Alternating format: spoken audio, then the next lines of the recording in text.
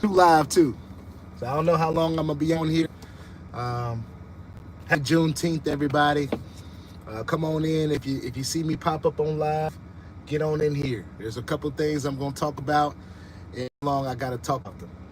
So if you see me going live, come on, say what's up, say hello. If you see this video later, all right, just pretend you was watching live, all right? Just pretend that you was watching live, and tell me, let me know where you're viewing from, where you're watching this from.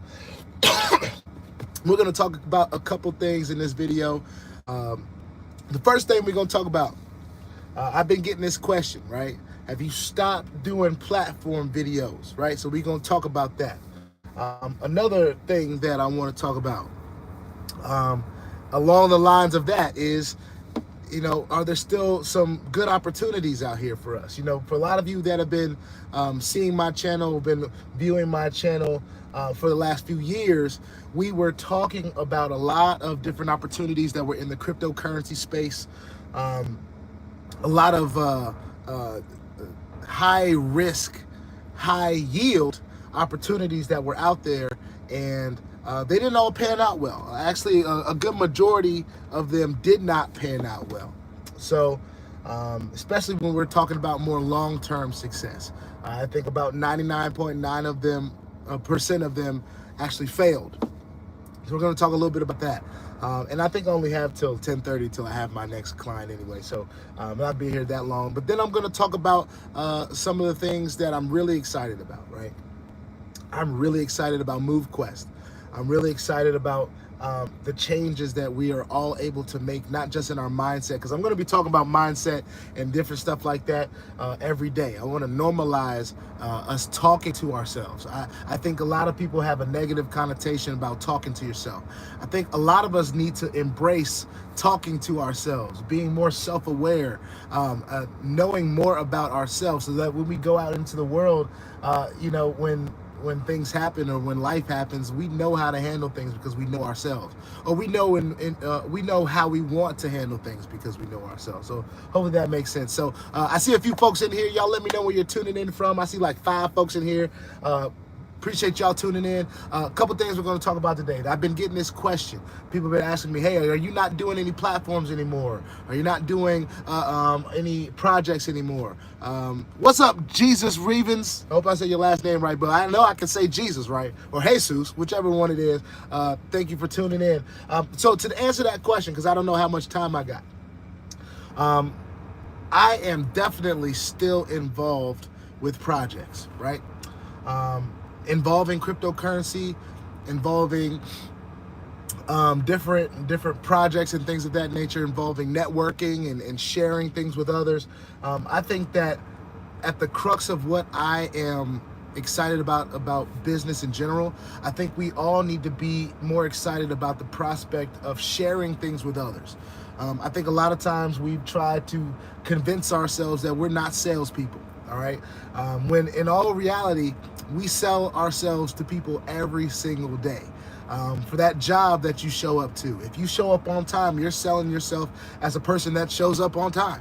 If you are a person that is on the job and you're dealing with customer service issues and different things of that nature, the people that are above you, you're kind of selling your skills to them, letting them know, hey, look, I can handle customer service. Or you're even selling yourself to the person that's on the other line, saying, hey, I can handle your issue. There is not an issue too big for me, right? I think a lot of us have given ourselves the excuse that we're not salespeople because we don't want to embrace sales, or having to do sales, or having to be a part of a networking group or network marketing or different things of that nature.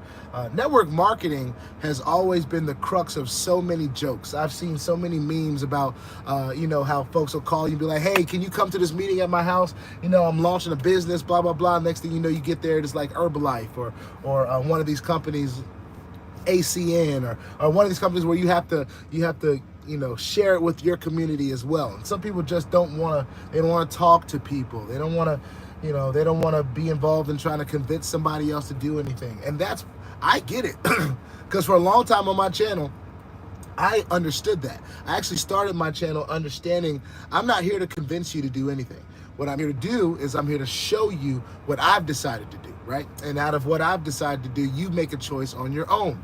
So that's how I kind of built my channel. So getting back to the initial question, am I still doing projects and platforms? Now, the hype platforms, for those of you that don't know what hypes are, HYIPs, they are high risk, high yield.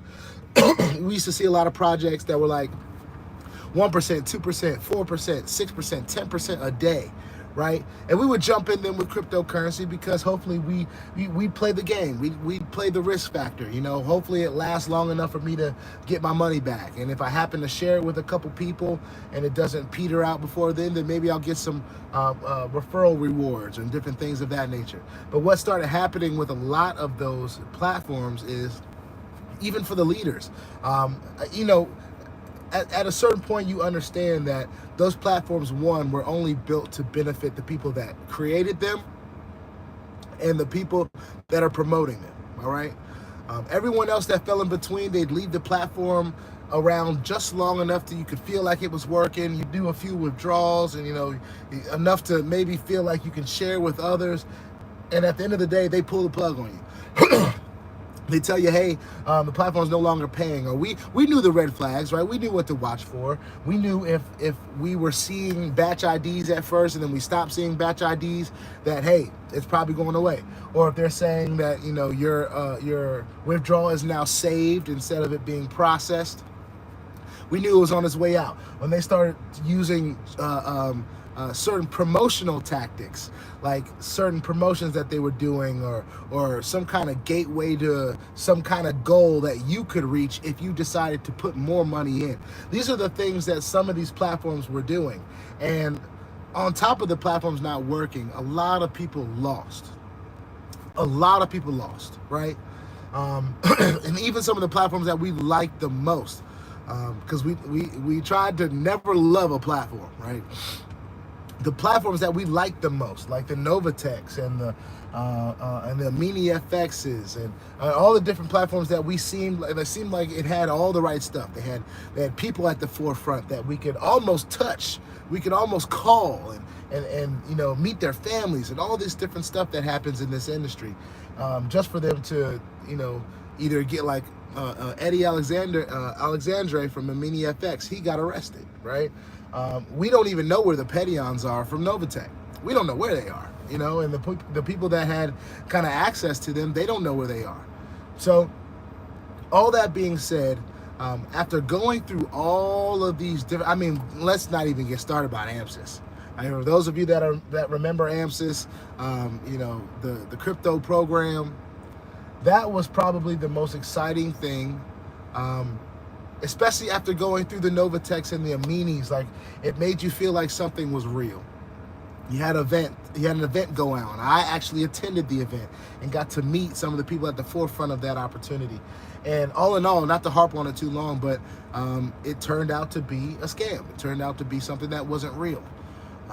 And we don't even know where that money is. At least with the Amini FX, they got a receivership, and the receivership started distribution on some of the funds that were put into the Amini FX system. So that was probably, Amini FX was probably the first opportunity that I've ever been in that I actually received some sort of payment back after it went away, right? Usually when these platforms go away, it's done. You're done, it's done, and that is what it is. So as far as platforms like that, definitely done doing opportunities of that nature. You know, it's hard to find the ones that are legit. So we spend some extra time, right? We spend some extra time even before we start talking about things. And we try to make sure that we have a good balance of talking about things and different things of that nature. Man, they just asked me to go get somebody early, so I'm gonna have to come back and do that. But let's just call this why I don't do those platforms anymore, because I'm gonna have to leave in about 5 minutes to go get my next client. They just called and said, hey, they want to do things a little bit early today, all right, for whatever reason. I guess because it's Juneteenth. So if they're moving early, then I should be off early, right?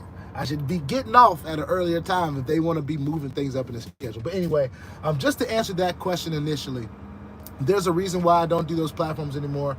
There was way too many losses than wins. And even if I found myself in a position where I I was able to withdraw more than I put in.